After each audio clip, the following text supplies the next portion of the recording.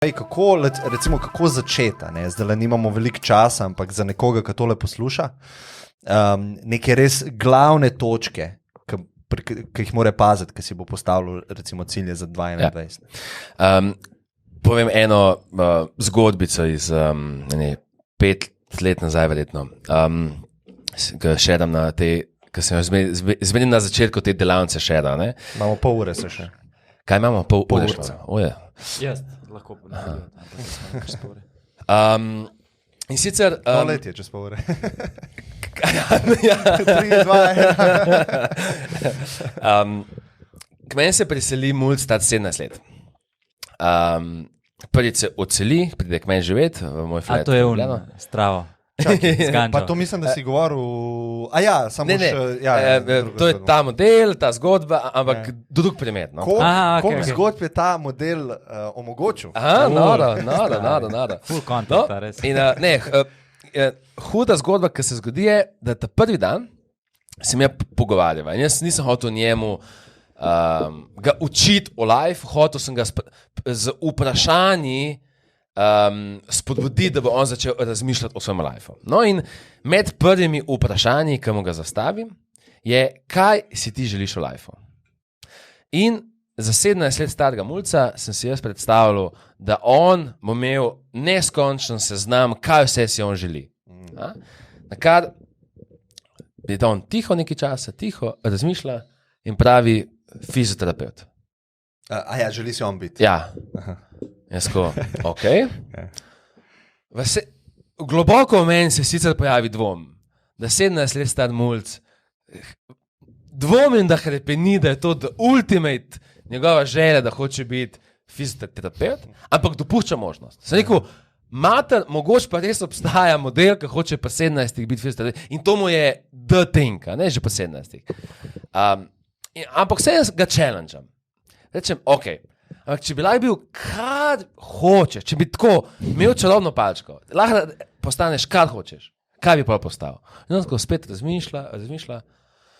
Pravi, glej, meni je rekla učiteljica, da s temi mojimi ocenami medicinski bratec skozi jih lahko postanem, ampak če bi pa lahko karkoli fizioterapeut.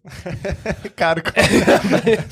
Jaz ko, ok, zdaj sem na percepciji, a zdaj dvomim v nekaj, ki mogoče res obstaja, ali moram še malo sprovocirati. No in jaz grem naprej, rečem, ok, še enkrat, karkoli.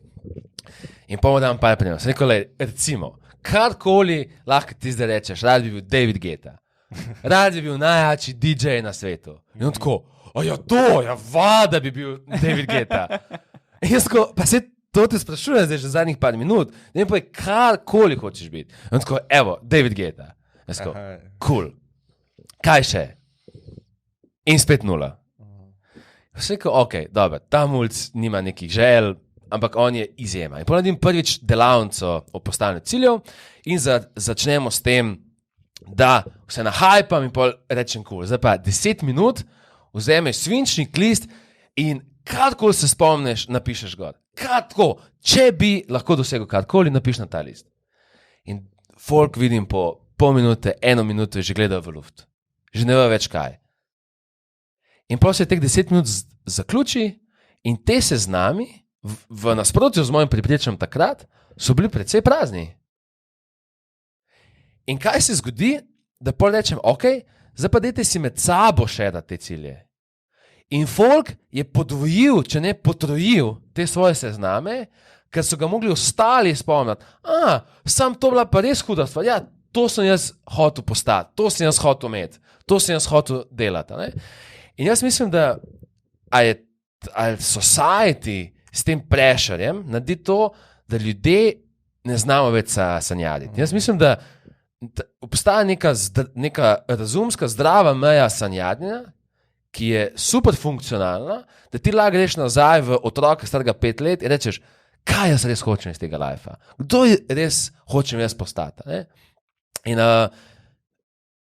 ljudje imajo s tem že ful velik problem. In kaj bi jaz tam del? Jaz bi naslednji teden za tistega, ki se ni zelo veliko ukvarjal s tem, ki mu je učiteljica povedala svojo idejo, fotor svojo, sosed svojo in je pozabil, kdo on je in kaj si on želi, jaz mislim, da rabi teden ali pa 2, da sploh spet najde samega sebe. In kaj je res bil nek spark, ki ga je doživel, ki je bil star 5 let in je rekel, to bi rad več počel, pa je nehal, pa zdaj mogoče bi lahko. Jaz pa imam ogromno frendov, starih 40-50, ki so res cel life rekli, rad bi eksplodil svet in zdaj bi ga lahko in ga ne eksplodajo. Ker so pozabili, pač life happened. Ne?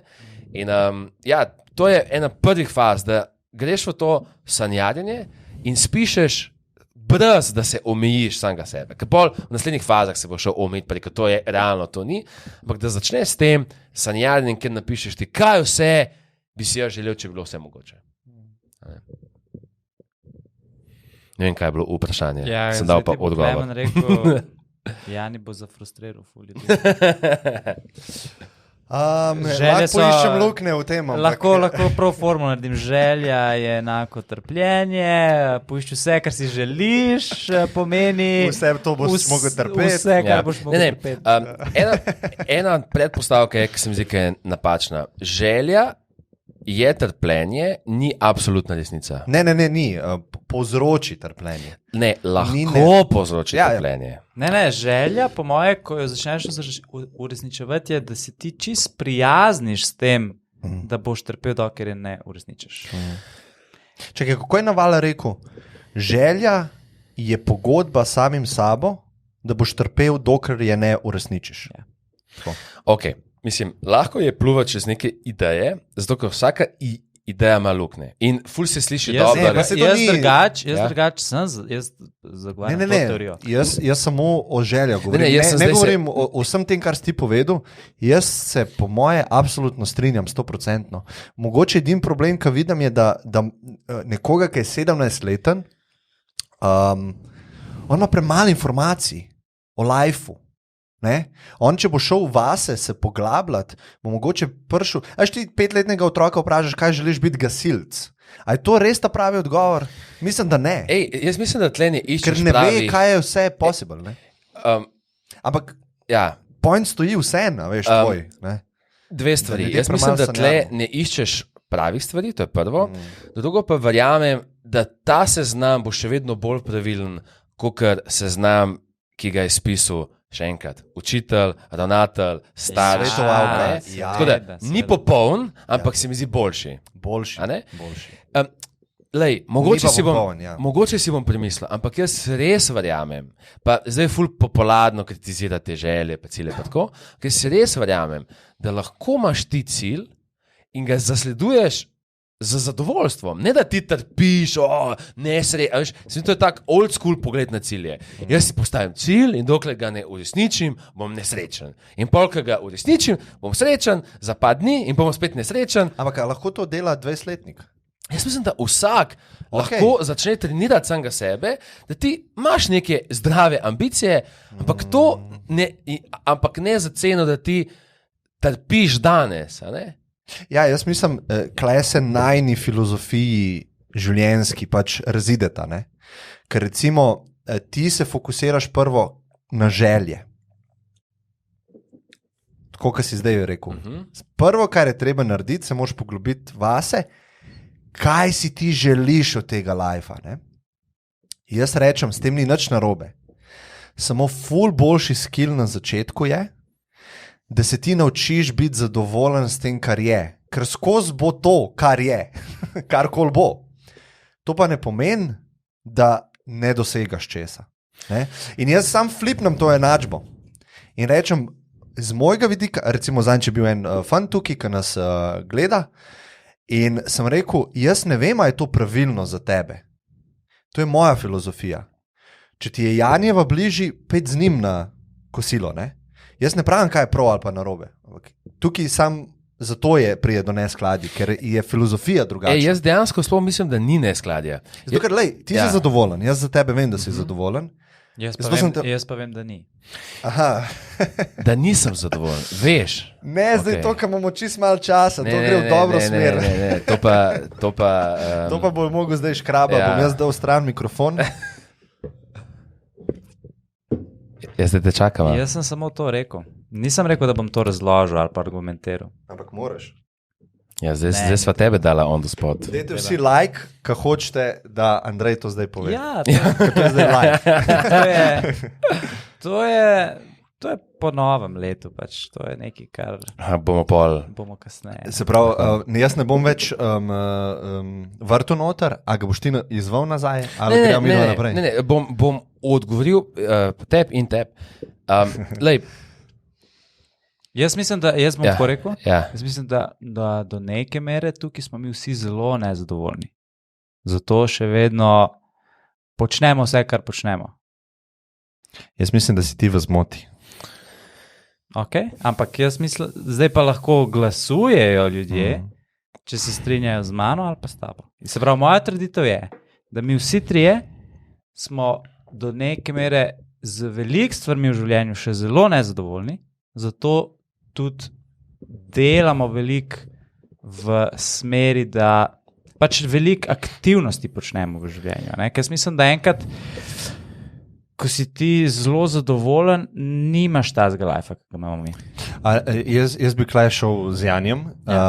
To, da ti delaš aktivnosti, absolutno ni dokaz za nezadovoljstvo. Obratno je. Če je človek depresiven, se pravi ekstremno nezadovoljen, ima najmanj želje po aktivnosti. Tako? Ko je pa človek izredno zadovoljen, to jaz lahko iz osebnih izkušenj povem, hočeš ti še več aktivnosti delati. Ti si pa zdaj obratno rekel. Če bi bili zadovoljni, ne bi bili toliko aktivni. Jaz mislim, da imaš napačno imaš enačbo obrnen. To bo the best tema, če odpremo z Alešom. Ker Aleš je čisto spremenil, kako jaz gledam na to. Tvoje mnenje je spremenil? Ja. Z Alešom sva se dosti o tem pogovarjala. In da si zapomni, če bomo imeli Aleša v dialogu. Ja, če hočete, ga bom povabil, da smo šli. Mislim, da bo to vrhunska prva tema, ki lahko odpremo z njo.